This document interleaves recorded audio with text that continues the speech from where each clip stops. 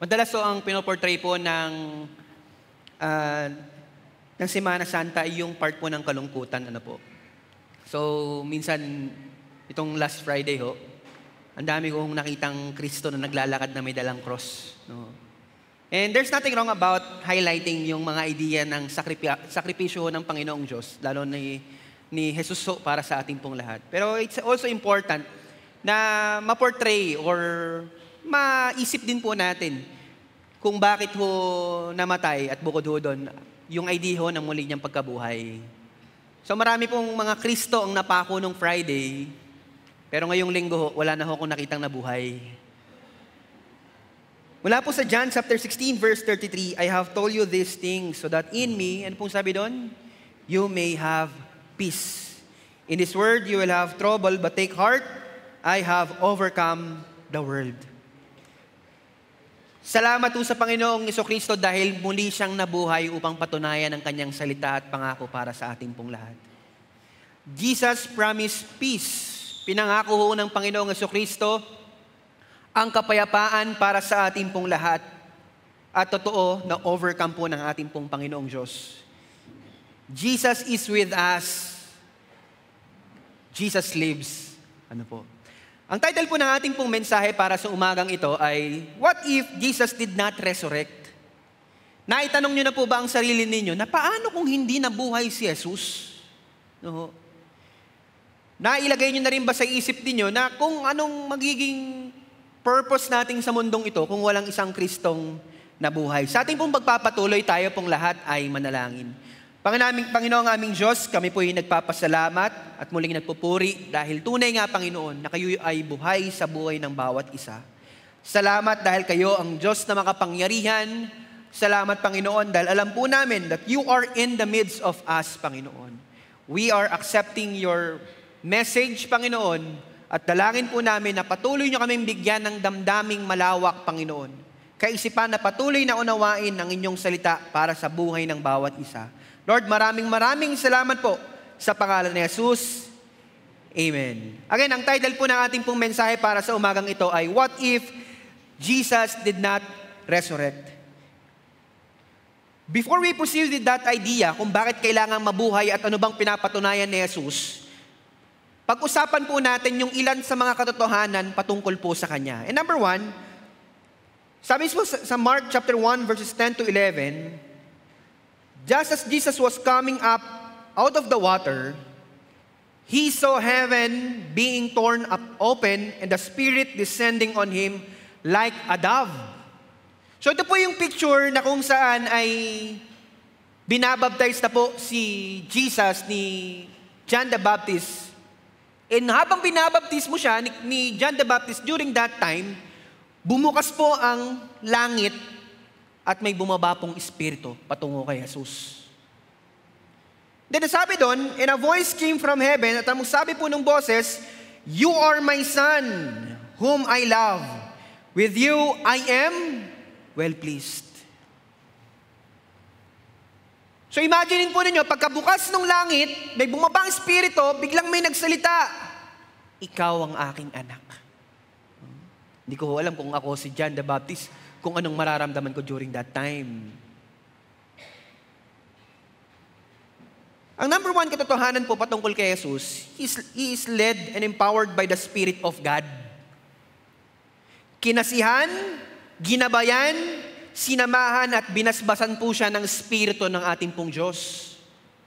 Meaning to say, napakahalaga po sa parte po na ito na meron na tayong mapupulot, napakarami nating mapupulot patungkol kay Jesus. Ibig sabihin, lahat ng ginagawa niya, lahat ng gagawin niya ay empowered and led by the Spirit of God. Ibig sabihin, before siya mag-start doon sa missionary journey niya, yung kanyang pag-abot at ministeryo, hinayaan niyang mapuspos siya ng banal na Espiritu upang sa ganun magawa niya yung kalooban ng Panginoon. Luke chapter 4 verses 1 to 2, Then Jesus, full of the Holy Spirit, returned from the Jordan River. He was led by the Spirit, kanina full of the Spirit, and at the same time, led by the Spirit in the wilderness where He was tempted by the devil for 40 days. Jesus ate nothing all the time and became very hungry. So during this time naman po, ito po yung 40 days and 40 nights of fasting ni Jesus. So bago siya magsimula, he was full of the Spirit and at the same time led by the Spirit of God. At alam po natin ang kwento, 3 times po siyang tinempt ni Satan. Yung bato, gawing tinapay, sambahin mo ko, tumalon ka dito.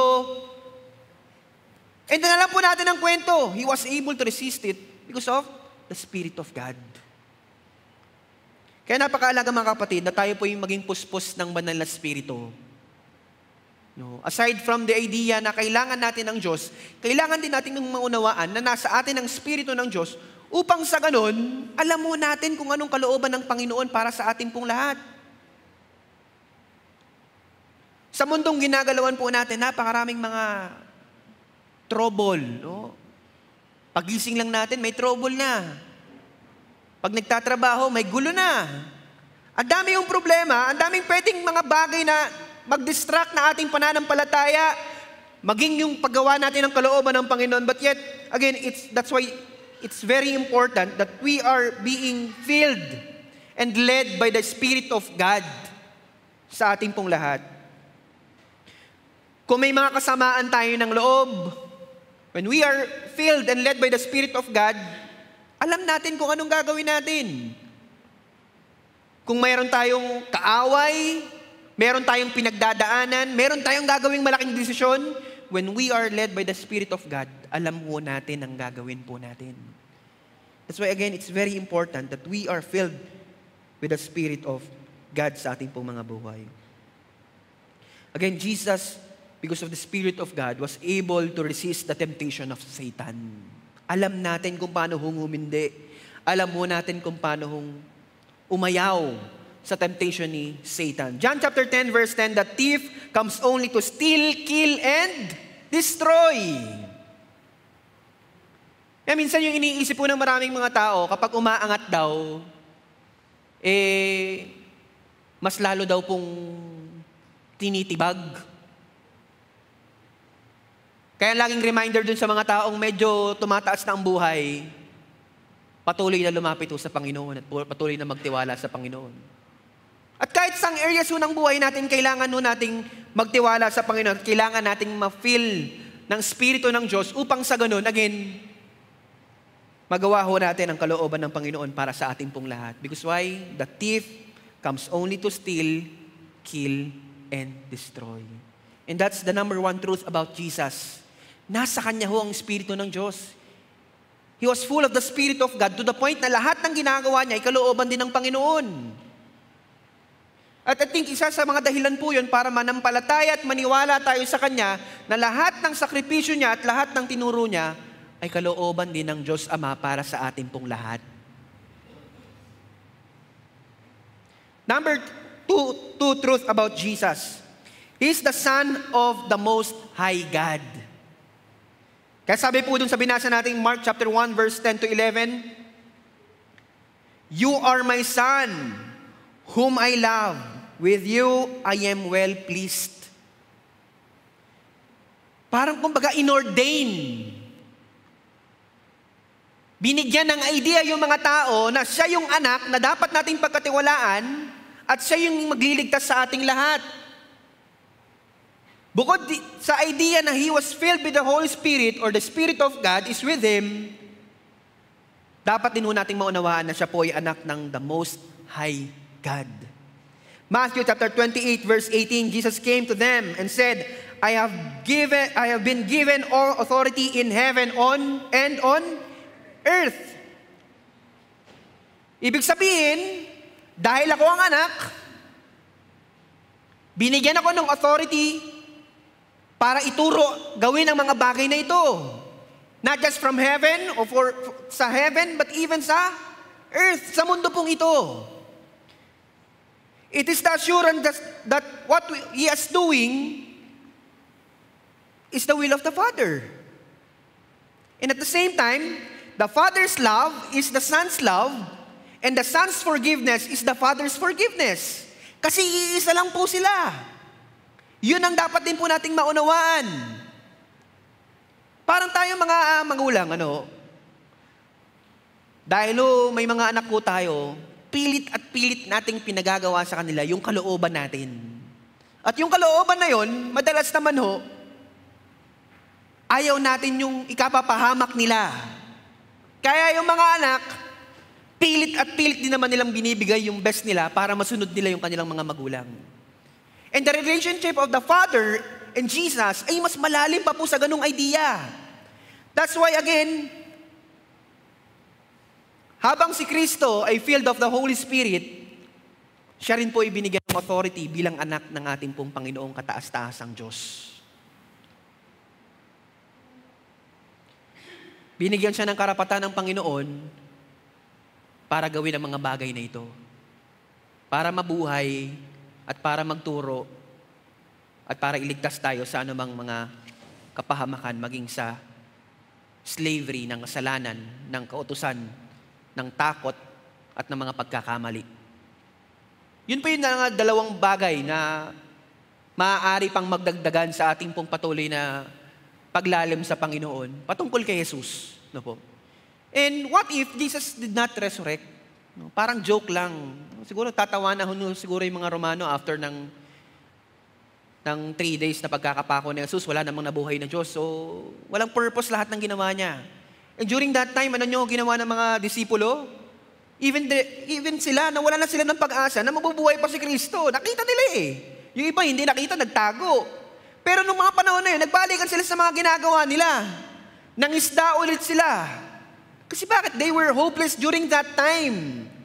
If Jesus did not resurrect, His teachings and the truth about Him is futile. O futile, kung ano man hong basa nyo doon. Nababaliwala.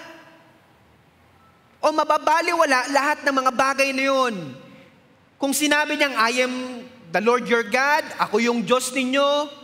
Kung sinabi niyang, ako yung magliligtas sa inyo, ang dala ko'y kapayapaan, mababaliwala ang mga bagay na yun. Walang silbi, wala hong kwenta. Kaya imagine niyo yung pagkakataon that we are celebrating na merong Diyos na nabuhay right at this moment upang patunayan na ako ay totoong Diyos sa inyong lahat. Kaya lagi ko nating tatandaan na meron hong pag-aasa kay Jesus. If our situation right at this moment seems so hopeless, salamat sa Panginoon dahil nabuhay siya. Pinutunayan niya na siya ang ating pong pag-asa. 2 Corinthians chapter 4, verse 16 to 18, we never give up. Our bodies are gradually dying, but we ourselves are being made stronger each day. Sabi dun sa ibang translation, we are being made stronger day by day. Hindi ko alam kung doon nakuha ni Pastor Ed yung pangalan natin. These little troubles are getting us ready for an eternal glory that will make all our troubles seem, like nothing. Things that are seen don't last forever, but things that are not seen are eternal. This is why we keep our minds on the things that cannot be seen. So during that time, this time, nung panahon po na ito, sinulat to ni Apostle Paul, medyo pagod na siya sa pagginagawa niyang missionary journey para i-share ang gospel sa mga tao. Sabi niya, kung magpo-focus tayo sa mga bagay na nawawala, kumukupas, namamatay, those are temporary. But when we are focused on something that is eternal, something that is unseen, mas tumitibay at mas mapapatibay ho tayo. The scripture is reminding us that through our faith in Christ, we become stronger and that we have hope in Him. Kung tayo ho ay napapagod, dapat ho tayo mag-focus dun sa mga bagay na hindi natin nakikita. Focus on His promises, in His love, and that will last forever. Kanina ho, kami dalawa ni Pastor, pinag-uusapan ho namin yung stress. At nabanggit ho ng isang kapatiran namin natin na wala ho kami dalawa nung linggo. Hindi ho kami nakapagpaalam. Hindi ho naman ho kami nawala dahil na-stress ho kami. May mga agendas lang din po na ginawa ng mga panahon ho na yun. Pero ang point ko po dito, maraming mga tao, ang dami nilang mga stressful things in their lives, no? To the point na it caused them magkaroon ng mas malalalim na karamdaman. If we focus on things that are seen, no? What we see, ng mga bagay na nakikita natin, the tendency is, di ba, parang, di ba, nakikita mo yung anak mo, graduate na ng high school, magsi-senior high na, magka-college na, di ba, parang, namumroblema ka na. Nakita mo yung sarili mo, dati, tuwid ka pa sa poste, ngayon medyo lumiliko ka na ng konti dahil tumatanda ka na. I-stress ka. No. Yung bahay ninyong ang ganda-ganda ng pintura noon at ang ganda-ganda ng kisame ngayon medyo lumalaglag na ang mga plywood sa taas. Nai-stress ka. And I think we can relate it with that when we focus dun sa mga bagay na nakikita natin, hindi tayo tatibay. Hindi tayo lalakas. At kapag lagi natin ginagawa yun, the tendency is that magsi-self-pity lang din naman ho tayo. Kawawa naman kami. Dati kapag sira ang kisame, buong-bubong ang pinapagawa ko. Ngayon kahit isang pako, hindi ako makabili. When we focus on things that we have right now, yung mga bagay na nakikita natin ngayon, the tendency is, ano pong nangyayari? Stress. Sino nga na bang titibay sa Panginoon kung lagi nating iisipin yung mga problema? Kung lagi nating iisipin yung mga bagay na lumilipas. And maybe the reason why na sinasabi doon ni Apostle Paul during that time, kasi may mga tao siyang inaabot na hindi nagbabago. Kaya sabi ni Apostle Paul, hindi. Focus on things that are not seen. And that is something that eternal. This is why we keep our minds on the things that cannot be seen. Kasi yun nagpapatibay sa atin. Yun yung pangako ng Panginoon, pag-ibig ng Panginoon para sa ating pong lahat. And when we focus on that, di ba, ang sarap ng pakiramdam, gigising ka sa umaga, alam mo na merong Diyos na nabuhay, na nagmamahal sa'yo, na alam mong hindi ka pababayaan. That's the reason why kailangan ni Jesus na mabuhay para patunayan niyang totoo siyang Diyos. Siya ang pag-asa po nating lahat. Again, focus on Jesus. Focus on something that is not seen. If we are hopeless right at this moment, lagi po nating tatandaan na merong Jesus na muling nabuhay to prove that He is our hope. Siya po ang ating pong pag-asa. Naalala ko po yung isang napanood ko po sa Facebook. Sabi po doon, the best things in life are the things that you have. Kung lagi ko nating iisipin yung mga bagay na wala tayo, mawawalan mo talaga tayo ng pag-asa. Pero kung iisipin natin yung mga bagay na meron ako ngayon, yung asawa ko, yan ang pinakamagandang asawa. Yan ang pinakapoging asawa. Tingnan nyo ho asawa nyo. Medyo kumulot ho yung noon ng iba. Parang hindi ho agree. Sige na, ihayaan nyo na. Wala naman ho kayong choice. Pero ibig sabihin, when we realize yung mga bagay na meron ako ngayon, that's the best thing that I have right at this moment, nagkakaroon ng pag-asa ang buhay. Kasi yun ang binigay ng Diyos eh. Pero kung pilit mong kukunin yung meron yung iba, tingin mo walang pag-asa. Kasi kanila yun kukunin mo. Again, bukod sa kakayanan ng Panginoon na maisip natin, tulungan tayong isipin na siya ang ating pong pag-asa, dapat din nating isipin na yung buhay na meron tayo ngayon, yun yung pag-asa na binigay ng Diyos. Kaya gasgas na gasgas man ang laging sinasabi nila, habang may bukas, may pag-asa. Pero totoo. Romans chapter 3 verse 21 to 31. But now God has shown us a way to be made right with Him without keeping the requirement of the law. As was promised in the writings of Moses and the prophets long ago, we are made right with God by placing our faith in Jesus Christ. And this is true for everyone who believes, no matter who we are. Ibig sabihin, inalis na ng Panginoong Jesucristo yung burden of obeying all the laws, all the things na nagpapabigat sa atin, at isipin natin that as we travel this life, or as we have this life, isipin natin, habang nagkakaroon tayo ng pag-asa, ay gumagaan din ang pagsunod natin sa Panginoon. para po yung pagta-travel, ewan ko sino nagbakasyon sa inyo nung Semana Santa, o nitong mga nakaraan, buti pa kayo. No? Pero di ba po, napakahirap mag-travel pag ang dami-dami yung dala. Madalas yan pong pinag-aawayan ng pamilya. Overnight lang ang damit na dala pang 1 linggo. Marami pa yung bag sa laman marami pa yung bag sa tao na laman ng sasakyan. No? Ang hirap pong mag-travel pag sobrang daming dala. Pati galon ng tubig gustong dalhin. No? Kasi nag-aalala, baka wala daw tubig doon sa resort na pupuntahan. Inumin nyo yung swimming pool. Pero ang punto kahit o sino, we want to travel light. Yung magaan lang. Di ba? Hindi yung swimming kayo ng overnight, dala mong sabon, 3. Di ba? Shampoo, 1 malaking gano'n. Kaya nauuso na yung nagsasalin sa mga maliliit na lagayan para kung sakaling hindi maubos, iiwan na lang nila. Gusto natin mag-travel ng light, yung sakto lang. May dala kang gamit pero sakto lang.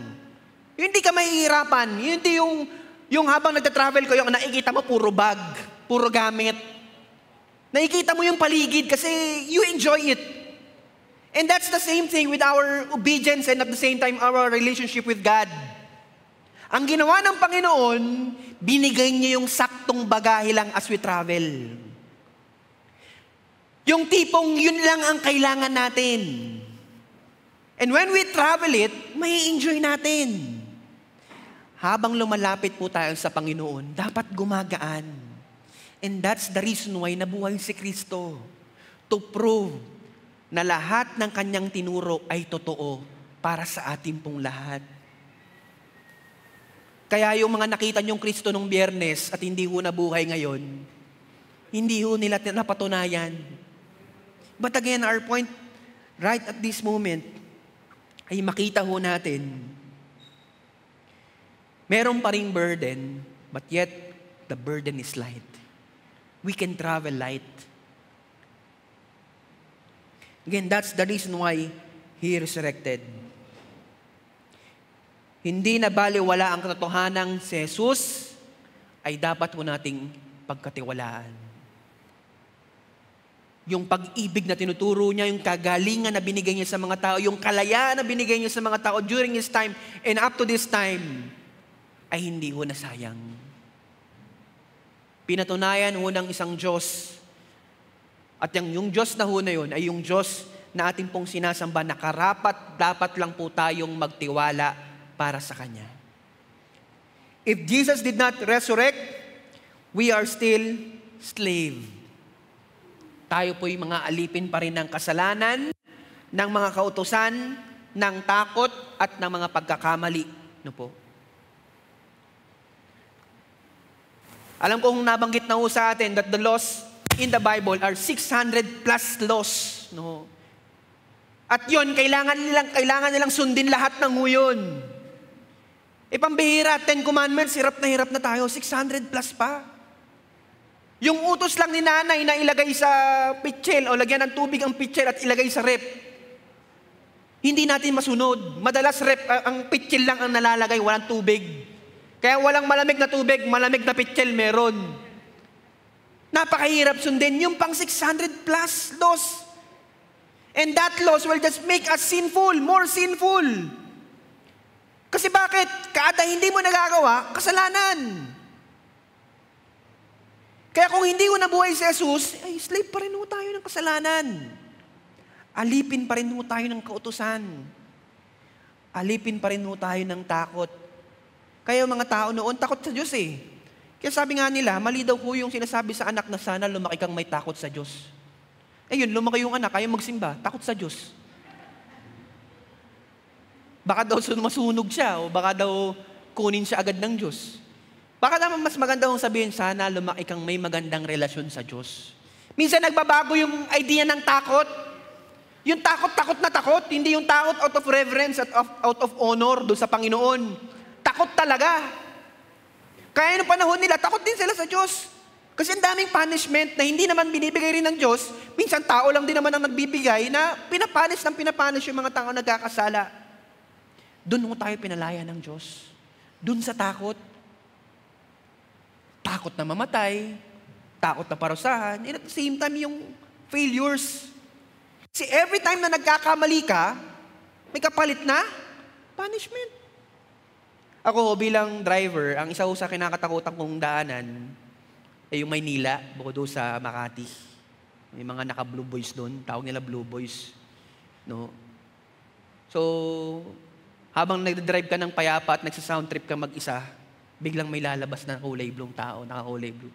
Sabihin sa'yo, kakabahan ka na nun. Di ba? Pagka gumanon na yung minsan may gumanon, no? Di ba parang napapalapit ka na sa Diyos kasi gusto mo ng, Lord, anong nagawa kong mali? Di ba? Kinakabahan ka na ngayon. Kasi alam mo sa sarili mo, na baka may nagawa kang mali, hindi ka man tatawagin nun pag wala kang nagawa. Tapos sasabihin sa'yo, Sir, bawal po mag-U-turn doon. Ang madalas pang ginagawa niyan, nagtatago sila. Ihintayin ka nilang magkamali. At kapag nagkamali ka, doon lang sila maglalabasan. Pero yung tama yung ginagawa mo, walang magpapalakpak sa'yo, syempre. Dahil tama ang ginawa mo. Pero lalabas lang sila kapag nagkamali ka na. At napakaraming tao, ganyan ang nararanasan. Kaya takot na takot silang magkamali. Kasi naglalabasan lang ang mga tao at nakikilala lang sila kapag nagkakamali sila. Pero nung panahon na nagtagumpay sila, wala nang mga tao nagse-celebrate. Pero nung nagkamali sila, mas marami pang mga tao nag-celebrate dahil nagkamali ka. At napakarami yung Kristiyano ang ganyan. Nag-aantay na magkamali ang kapwa nila Kristiyano para sabihin na mali ang ginawa mo. Pero nung panahon na nagtatagumpay siya, wala akong lumapit para sabihin nagtagumpay ka. Again, God doesn't want us to suffer with those things sa ating pong buhay. Kaya dapat nagpapalaya tayo ng ibang mga tao sa ating pong paligid. Maramdaman ho ng iba yung pag-ibig ng Panginoon sa pamamagitan ng ating pong buhay. Kasi the reason why na namatay si Jesus sa krus ng Kalbaryo at muling nabuhay, para iparamdam niya sa atin ang ating pong pag-ibig, that we are no longer slave of sin, fear, law, and failures. Pinalaya na po tayo ng ating pong Panginoon. Galatians chapter 5 verse 1, For freedom Christ has set us free. Stand firm therefore, and do not submit again to a yoke of slavery. So noong mga panahon na yon, itong mga taong ito, pinapalaya na sila, pilit at pilit pa rin bumabalik dun sa mga kautusan. So imagine ninyo, nagkukulong siya ng tao, pag pinakawalan, babalik, kinukulong yung sarili. Hindi pa rin po sila malaya. At napakaraming mga tao ang ganito. Huwag na ho tayong bumalik sa pagiging alipin ng mga bagay na naglilimita lang sa ating pong buhay. Naglilimita sa kalooban ng Panginoon para sa ating pong lahat. Kailangan natin hong maunawaan that the law only makes us sinful. And Jesus did and resurrected for us to be free from that kind of law na nagpapahirap po sa ating pong lahat. Galatians chapter 4 verses 8 to 11. Before you knew God, you were slaves of God that are not real. But now you know God, or better still, God knows you. How can you turn back and become slaves of those weak and pitiful powers? You even celebrate certain days, months, seasons, and years. I am afraid I have wasted my time working with you. Sabi ni Apostle Paul, pinalaya na nga kayo, ang dami nyo pang kailangan gawin para maligtas kayo. At isa sa mga argument nila ay circumcision. Kailangan nilang ma-circumcise para ma-recognize sila ng Panginoon at malaman at masabing ligtas na sila.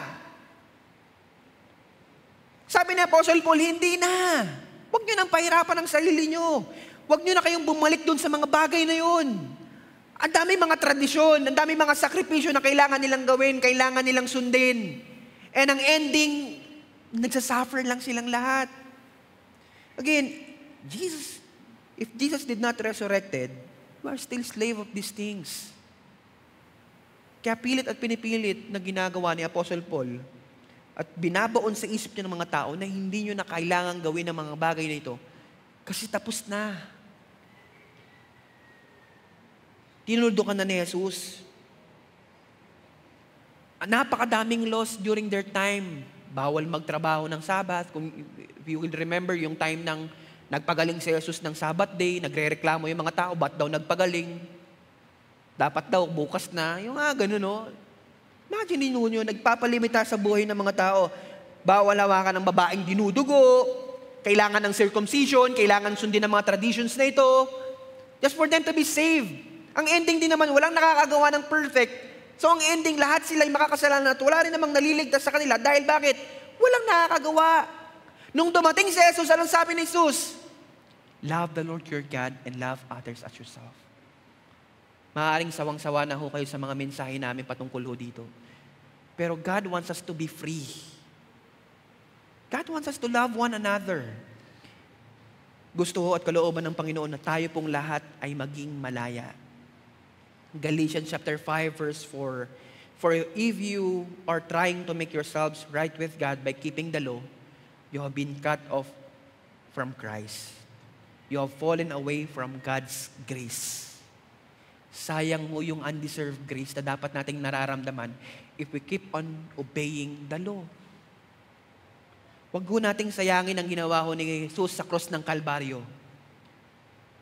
Malaya na ho tayo sa pang-aalipin ng takot, ng failures, even ng kasalanan. At dapat din ho nating palayain ang ating pong kapwa. Alam niyo ho yung word na guilt trip? Guilt trip, yung mga needless guilt, no? Kapag may binisita na may karamdaman, minsan ang sasabihin ng bumisita, baka kaya ka nagkakaganyan kasi di ka na nag-church. Kawawa naman, no? Baka mamaya nag-o-online, hindi nyo lang nakikita. No? Alam mo kung ba't nagkaganyan ang buhay ninyo? Di ka na kasi nagpipray. Kawawa naman ho, no? May karamdaman na, nahusgahan pa. Baka mas malalim pang, mas matagal pang manalangin kaysa sa atin, hindi lang mo natin nakikita. But the point here is that, paano nga naman ho tayo lalaya kung tayo ho mismo ang nagbibigay sa iba ng idea na sila still hindi pa rin malaya. Hindi pa rin pinapalaya ng Panginoon. Again, it's very important that we have a good relationship with God. Mahalaga na may maganda tayong relasyon sa Diyos. Kaya ho nga, di ba, every time we go to church, kapag nakakarinig tayo ng mensahe at yung mensaheng narinig natin ay angkop dun sa pangangailangan natin during that time, naiibsan yung lungkot, gumagaan ang ating pong pakiramdam. At yun po yung panalangin namin ni Pastor Tony, nawa gumagaan niya ang pakiramdam ninyo sa mensahe namin. But the point here is that, kapag gumagaan ang pakiramdam, anong nangyayari? Nagkakaroon tayo ng pag-asa. Okay lang pala, kaya kong lagpasan kasi meron akong Diyos. Nawawala ko yung stress. Nababawasan. Kung hindi man nawala, nabawasan. Na-maintain natin yung araw na yun. The reason why we encourage everyone to read the Word of God, or at least pray and be part of your Bible studies, sambahay. Kasi bakit? Nakakatulong sa ating well-being. Hindi naman spiritual lang Sa ating buong pagkatao, physically, gumagaan ang pakiramdam natin. Kaya ang mga anak ng Diyos dapat blooming lagi. No? Itinin niyo yung katabi ninyo kung blooming ba. Baka bloopers yan.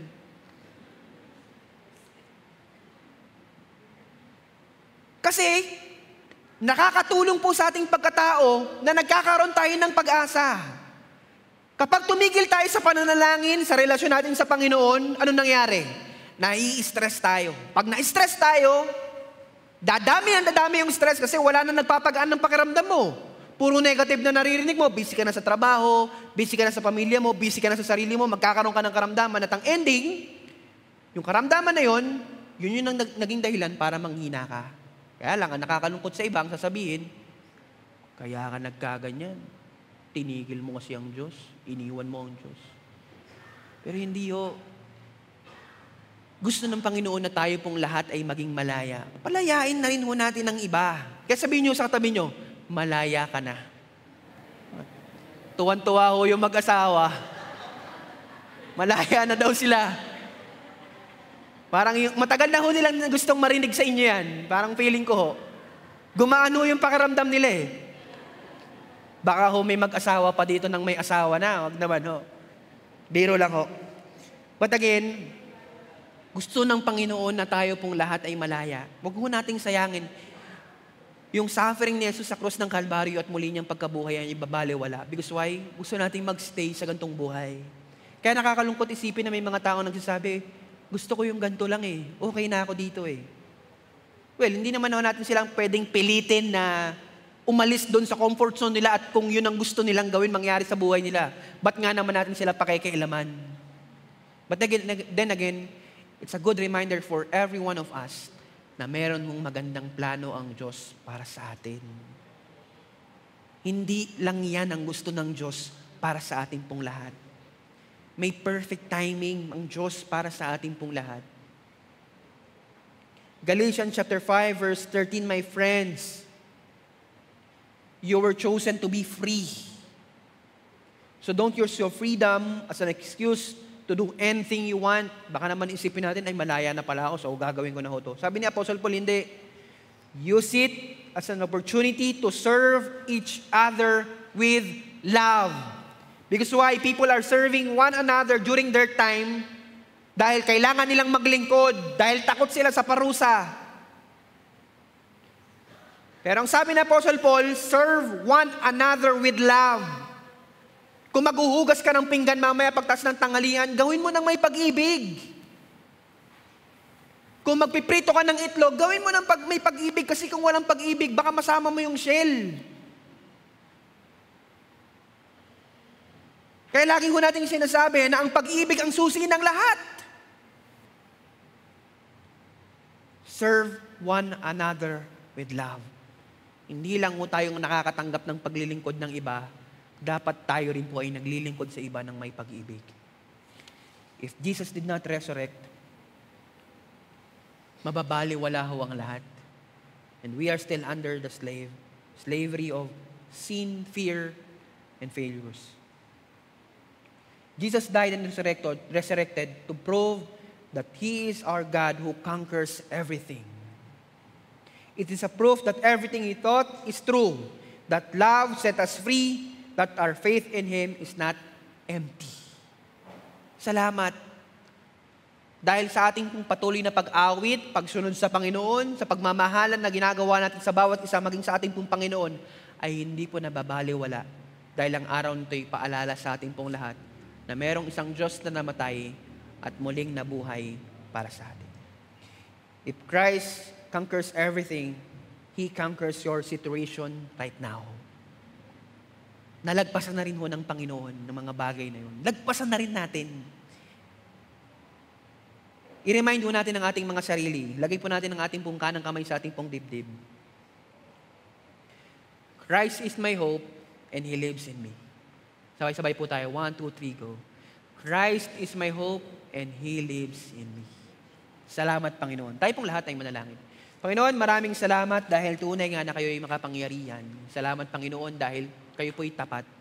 Salamat maging sa sandali pong ito na nagpapaalala sa amin na merong isang Diyos na nabuhay, namatay, at muling nabuhay upang iligtas kami sa cross ng Kalbaryo, Panginoon. Sa lahat ng mga bagay na naglilimita ng aming pong buhay, Panginoon, maraming salamat po. Lord, right at this moment, tinatanggap po namin ang inyong pag-ibig, ang inyong kapangyarihan para sa aming pong lahat. Muli, pinupuri po namin kayo, sinasamba sa pangalan ni Jesus.